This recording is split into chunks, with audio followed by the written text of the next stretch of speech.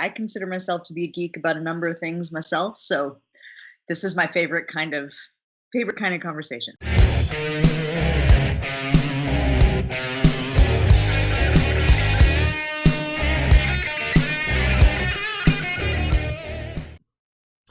Welcome to Dicejunkies. I'm Xenodamus. I'm here with Q. And on Skype. And now that you can actually hear me, we'll get started. Last week Last week we covered some of the E3 stuff with what happened Sunday. Of course, there was more E3 after that. None that really mattered. What happened Sunday was probably, in my opinion, the best of E3, but we did have some Nintendo. Nintendo was probably, I guess, the runner-up of E3, in my opinion. Some people said they were the top of E3. I don't know who those people are, other than articles people who don't own an Xbox. Articles that wanted to suck up to Nintendo. But there's like two things that caught my interest, and one of them is literally just anyway. Whereas like my list of stuff from the Microsoft is like this long of games. By the way, 21st, man. Tomorrow. Everybody has their own thing, man. Yeah, I mean the world has losers, yeah. So let's talk about Metroid Dread. Okay. I know Blood Axe is really excited about this one. I am. I've hated Metroids for the last couple of generations. And it is you nice. Like Exodus, or is there an Exodus? I wouldn't be surprised. I know there's bounty hunters, and then that weird one where Samus was really passive. What was the name of that one, Blood Axe? The really bad one where Samus was turned into a sissy, like crybaby. That was sad they did that to her. I played Metroid Prime. I started off playing Echoes, and the game locked up. But I never played the third one, unfortunately. But all those were on the GameCube, if I remember. I know the first two were. I don't know if the third one was on the Wii or it was on the GameCube. But the first person really was hard to get used to compared to the 2D side scrollers. I used to get really bad vertigo, so it took me a while to finish it. But the first Prime was actually really good. The second one got kind of clunky, but this is returning back to the 2D side scroller roots that we got used to with Metroid and Super Metroid, which is, in my opinion, probably the best game of all time, in my humble opinion. But this one returns those roots, but it actually looks like it's more reactive, more fluid. The combat system looks to be enhanced. And I love some of the game mechanics that are going to be new. It's not just the same old weapons and upgrades. It's like you're going to have some new abilities and some new ways to defend against some of the monsters and adversaries. But the thing about Samus, and Q can definitely attest to this, because I've played Samus in several games that we've actually played together, is she's one of my favorite female protagonists. I put her up there with Ripley and Leia Organa as the female protagonists that are popular of what they should be.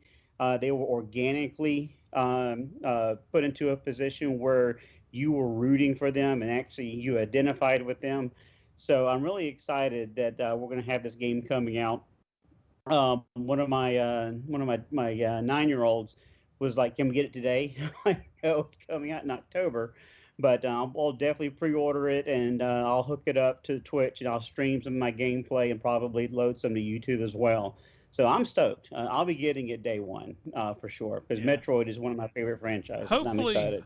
Hopefully Nintendo lets you stream it. I mean, from the trailer, it seems like it has a lot of video, and I know they have in the past been very assholey about that. Get past the intro to friggin' Breath of the Wild without them. I mean, we've got a story coming up that just tells you about how assholey they are about that. We didn't get past the intro. Like, we tried to do a Breath of the Wild review, and we got hit for like 5 seconds of the beginning before anything happened. I'm like, so is gameplay okay? Or is gameplay okay? Can I just omit the video cutscenes? So basically, that's how they ended up saying with Zelda was that you couldn't have any of the cutscenes because that was considered copyrighted, while the gameplay was allowed to be streamed. But unlike some of the games that have those kind of restrictions, they actually put an option in the settings for you to turn on streaming version. But Nintendo has never done that to my knowledge. So they just like, good luck figuring it out. So can you Twitch stream it, or do I have to just record it to We my don't laptop? know yet. We'll have to find I'm out. not sure.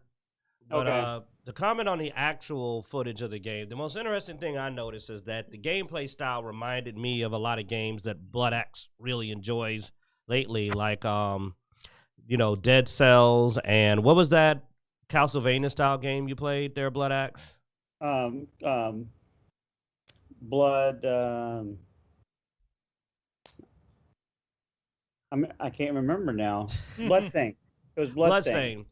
It reminded me of that. Watching some of the melee moves mixed in with the play style reminded me of those games, which I think is a nice update. But the to graphics are a lot cleaner than most of those games. Obviously, yeah. I mean, the graphics on this, I mean, I don't know how well it translates as far as reviewing this on YouTube with the screenshots. But if you go and watch the trailer, it is so slick. It is. That's one thing that I'm excited about because it looked crisp and it was true gameplay. You saw the health meter at the top and the missile pods, and so it looked like true gameplay, and it was crisp. It was clean. Of course, you could have had someone who's been playing this thing for months, but just from the gameplay footage, hook, line, and sinker, I'll bite and I'll get it and I'll play it with my kids. So, well, I mean, my favorite Metroid is Super Metroid, and this gives me Super Metroid feels. So, I just replayed Super Metroid on my Switch through the Nintendo simulator store thing, and enjoyed every minute of it. Oh yeah. I unfortunately lack the right device to play it, so I might hijack his Switch, but we'll see. I mean, side scrollers don't appeal to me as much. I played some Dead Cells for fun, but I mean, I didn't play as much of it as Blood Axe did. I played it just to kind of pass the time. It was not bad, but and it's definitely not on par with this. Not on par at all with like Metroid Dread. It already looks a lot better. But I also just know that I won't lie, I've kind of just gotten out of the side scroller feel over the years. I actually would have liked to have seen another third person or first person Metroid game, but I'm happy for you fans that you're getting what you've been waiting on. It's more nostalgia than it is anything else because it brings me back to my childhood. And I mean, a lot of the reasons why we do what we do game wise is just to go back to our childhood. So that's really going to put me into that mindset when I was a kid playing Nintendo in my room and having a blast. So it's a form of escapism, but it does give you something that makes you feel good about yourself because it's something that you enjoyed when you were younger. At least you think you did. Oh no, I'm glad for Metroid fans. I mean, it's better than the last couple of trash games they put out. I mean, when I say I'd like to see a third or first person, I mean one on like the good Halo or Gears games quality. I'm talking about top quality. So, I mean, and we haven't seen that. They failed that enough that they're probably better off going back to 2D. Plus, the Switch isn't a workhorse. They wouldn't be able to pull that off and match current gen games that are on Xbox S and PlayStation 5 anyway. So it's smart for them to do a 2D. It's within their hardware's capabilities. They wouldn't be able to match Outriders or some other games, graphics level stuff because they're just not a current. Yeah, a lot of people were upset with the Nintendo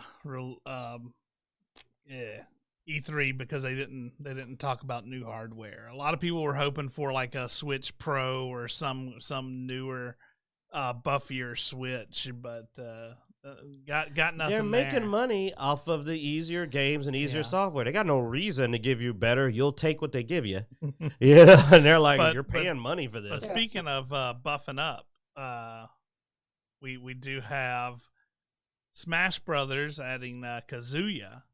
That's the other announcement that they managed to do, and even then, it's another character. Yeah, but it's one I like. I mean, I'm a Kazuya fan. It's just basically telling us the character we were wanting to know what was next. Because I mean, you got 2 characters left, I think, in the Fighter Volume 2 pack.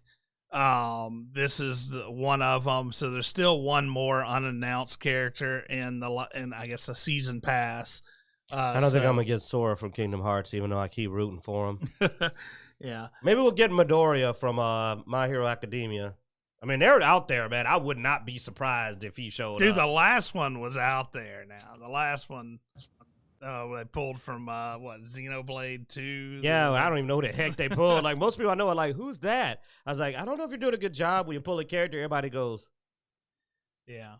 So, who's that supposed to be? I'm like, you probably kind of. Smash Brothers is good at doing that, though. I mean, how many Smash Brothers characters do you not know? I mean, there's a good chunk of them. I'm like, who the hell is this? Oh, no, they're up and down. It'll be like, really well-known character, unknown, really well-known character. It's like, Sephiroth.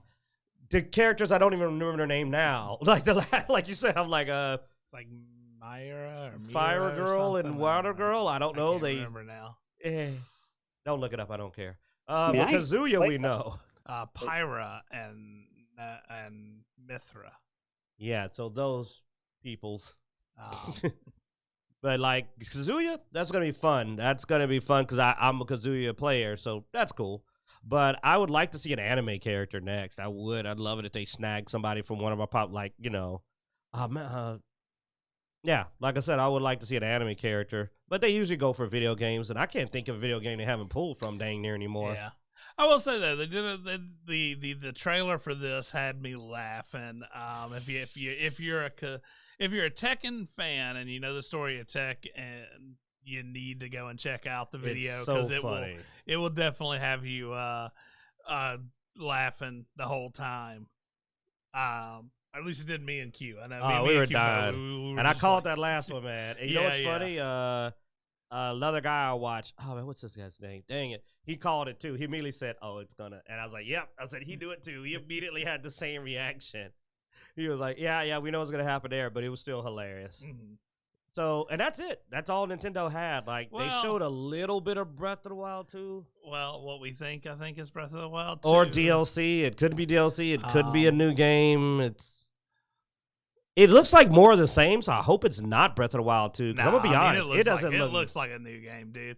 It looks like Breath of the Wild 1. It had a lot of weird elements, though, that was not in Breath of the Wild. So yeah, DLC. It's called DLC. I would be surprised to see that many new elements without... They had to do more. They can't give you the same game. Look so much similar to the first game as a whole new game. I mean, Zelda fans are going to crucify me here anyway, but I thought Breath of the Wild sucked. So I'm not really that excited about Breath of the Wild 2. I mean, the best way to say it is I had fun playing it, but it wasn't even worth me completing. I thought it was so much crap that another friend of mine who had been really wanting to play it wanted to play it, and they were like, "Well, can I buy your copy?" And I told them I'd sell it to them for $1, and they gave me $1. I gave them Breath of Wild. I mean, I will say I didn't finish it. Like, I got kind of worn out with it. I did a lot, and I played a lot of hours, but then I just said, "Do I want to finish this? I'll go watch the ending." And that says a lot when a game can't pull you through to the end of the game. You know what I mean? Like, that's not a good sign that you go, all right, I've had enough fun. I think I'm done with this. Yeah. But I love the canon, so I follow the story. He knows the only thing I was interested in is I want to see what's going to happen with Ganon. I am a very big lore hound for Zelda. I'd rather lick a Nintendo cartridge than try to play that game again. I thought it was so much crap. Jeez, you did not like it. I got to admit, the weapon mechanic was so effing annoying. Like, I've never been annoyed with the mechanic in a game. The game mechanic.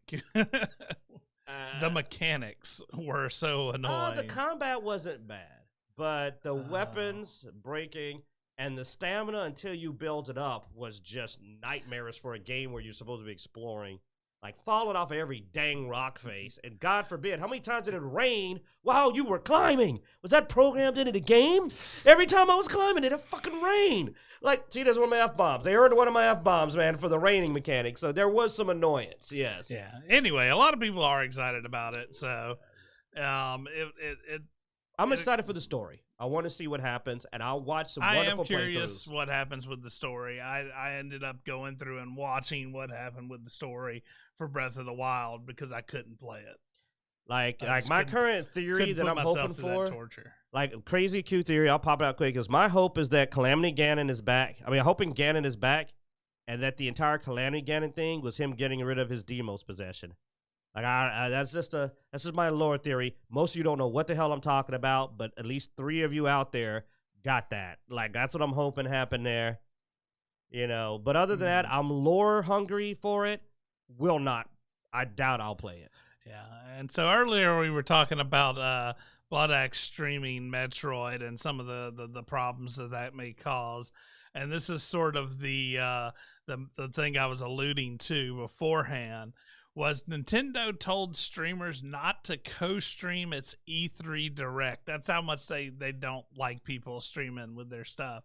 Is they didn't even want the extra advertisement of hundreds of people streaming and talking about their E3. And think how many more people would have seen it. There are some streamers that are so popular that people will watch this that aren't interested in their E3 because it's their favorite streamer. Well, I mean, and like another article I was reading said, our Twitch had said, is most of the companies actually promote it, push it, ask for it. You know, Microsoft was like all the way, please stream, yes. You know, would you like us to send you some care packages for the streaming? Here are but some anyway, special I screenshots. had to give Twitch props on this. Twitch came back with the response and basically said, look, if everybody can't stream it, then nobody can stream it. So they were like, even though we have permission to have this stream going on Twitch, gamers, we're not doing it because our user base can't do it. Something YouTube would never do. They actually said, no, you can't screw over our streamers like that, then we're not going to stream you at all. So as much as Twitch does things that annoy me at times, I give them mad props for this. I got to give them props when props are due. And I appreciate Twitch standing up to the Nintendo tyrant. And going like, no, you're not going to sit up here and just screw over all. They're streaming all these other E3 events, and you're going to tell everybody not us. And they're like, okay, then not you. I love that their reaction was, oh, if only in many other, don't let me get started. Let's just say that I wish in a lot of other scenarios with a lot of other games and companies and particular interest groups that keep bitching, that people would go, oh, okay, then go F yourself. I really wish that catched on. Please, Twitch, talk to some of these other companies and say, look, it worked out. Like, because our whole gaming experience will be so much better if more companies said, oh, what's that? Okay, forget you. Like, forget you needs to be the response to some of these ridiculous scenarios in general. I didn't pick on anybody in particular. Yeah. Kept it very open. You're not mentioning Friday night or Friday. FNAF. Yeah, FNAF. Yeah, man, that one gets me because, well, we'll get there. Well, I mean, I didn't add it because it's a bit. Well, it's highly political. Yeah. And don't get me wrong. But as we allude to many things in this show, I thought I would drop. I shall simply say, while I do not agree with many of Scott Cawthorn's personal opinions, I do believe in his right to have them. And that is what I will say. Yeah. Because some of the stuff I was like, fuck you. Like some of his opinions, I am like, we and you aren't on the same page on a lot of things. But he should have pulled a Twitch. He should have pulled a Twitch and just gone like, I'm putting out, check out my new FNAF game, whatever. Yeah. I kind of hate that he bowed. That made me lose more respect because I'm like, why you retire, man? Screw those people. Your FNAF people ain't going nowhere. FNAF fans are hardcore. They ain't going nowhere. Like, friggin' Matt Pat built his channel on FNAF theories. I don't think he's ducking out on Scott. You know what I'm saying? I don't think Markiplier, the king of Five Nights at Freddy's, is going anywhere. Yeah. Forget these people. So I'm kind of disappointed there because I'm like, wow, you have some pretty strong opinions. I didn't mind backing them and saying, this is how I feel. But then you bowed. Like, you almost contradicted yourself.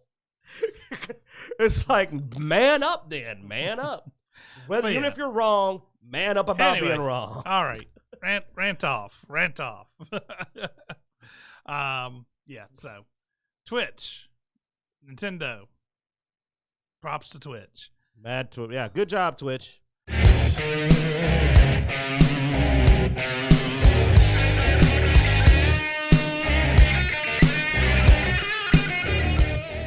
And I was like, well, I can do that because this was the very first accent I ever learned, actually, as a wee lad. So it was very natural to me. And I thought, oh, well, he seems like a wee bit of a trickster.